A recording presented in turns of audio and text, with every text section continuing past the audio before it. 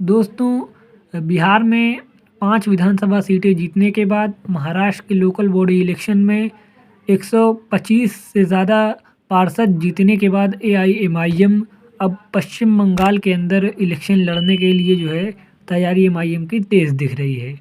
दोस्तों, एआईएमआईएम का गठबंधन भी हो सकता है, एमआईएम गठबंधन के साथ भी इलेक्शन लड़ सकती है।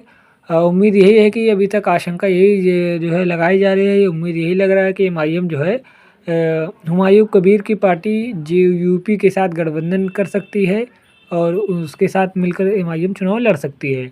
स्पेशली एमआईएम का जो है प्रभाव मुर्शिदाबाद ज़िले के अंदर ज़्यादा रहेगा, क्योंकि मुर्शिदाबाद ज़िले में के ही विधायक हैं हुमायूं कबीर। मुर्शिदाबाद ज़िले के किसी सीट से वो विधायक हैं, तो वहाँ पर एमआईएम का जो है उनके पार्टी के साथ अगर अलायंस हुआ तो उनके पार्टी और एमआईएम मिलकर मजबूती के साथ पश्चिम बंगाल में इलेक्शन लड़ेगी और कई सीटों पर एमआईएम जो है जीत दर्ज कर सकती है, अगर अच्छे से स्ट्रॉन्ग कैंडिडेट को मैदान में उतारा गया और अच्छे से एमआईएम की तरफ से और अच्छे से प्रचार प्रसार किया गया तो एमआईएम वहाँ पे कई सीट जीत सकती है और हुमायूं कबीर की पार्टी को भी सफलता मिल सकती है।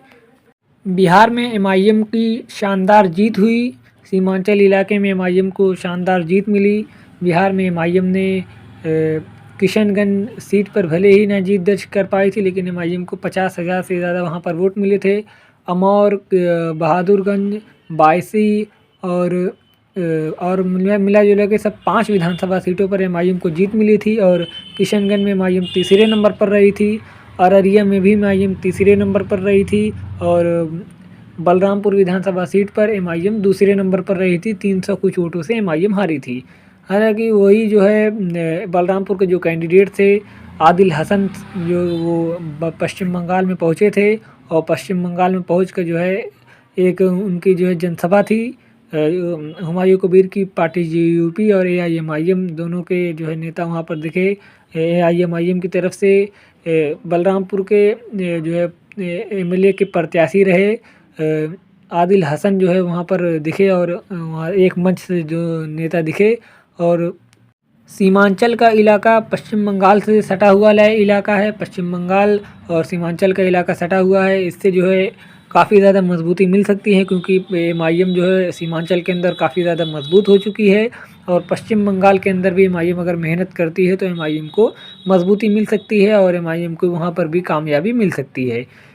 इसीलिए मुझे लगता है कि शायद सीमांचल से सटा हुआ इलाका होने के बावजूद होने की वजह से और आदिल हसन जो कि एक एआईएमआईएम के बड़े नेता माने जाते हैं और बेबाक नेता माने जाते हैं और इसलिए उनको मुझे लगता है कि एमआईएम की तरफ से भेजा गया पश्चिम बंगाल के मुर्शिदाबाद में, ताकि एमआईएम के लिए जो है वो मजबूती के लिए काम कर सकें। पश्चिम बंगाल में लगातार 3 बार टीएमसी की सरकार बन चुकी है और ये इस बार देखना होगा कि क्या टीएमसी की सरकार बनती है या फिर किसी और की सरकार बनती है। ये तो देखने जब रिज़ल्ट आएंगे तभी पता चलेगा।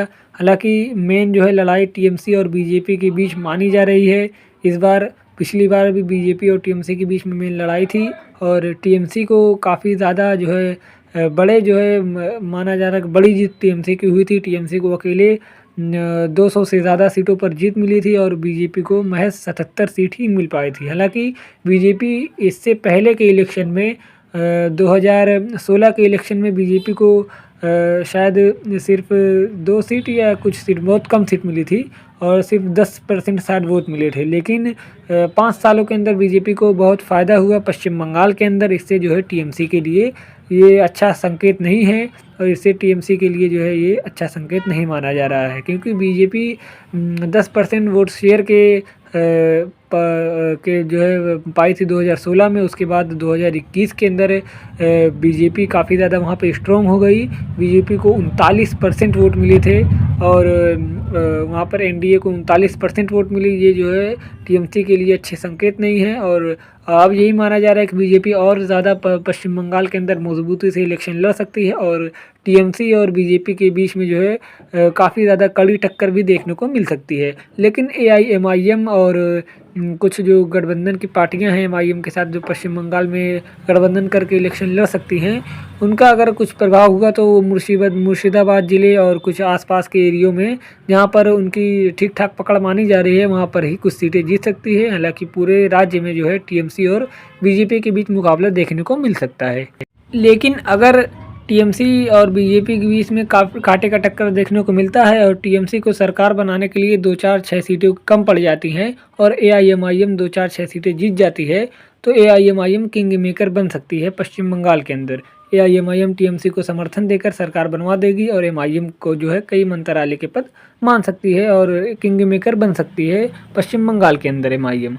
तो एमआईएम को जो है हल्के में नहीं लेना चाहिए। एमआईएम जो है पश्चिम बंगाल के अंदर किंग मेकर बन सकती है, 2-4-6 सीटें ही जीतकर। अगर टीएमसी को घटी तो एमआईएम समर्थन दे सकती है। इस पर आप क्या क्या कहना है आप कमेंट में लिख सकते हैं। वीडियो को लाइक करें, चैनल को सब्सक्राइब करें, बेल आइकन ज़रूर दबाएं ताकि आने वाली हमारी हर वीडियो आप तक सबसे पहले पहुंच सके।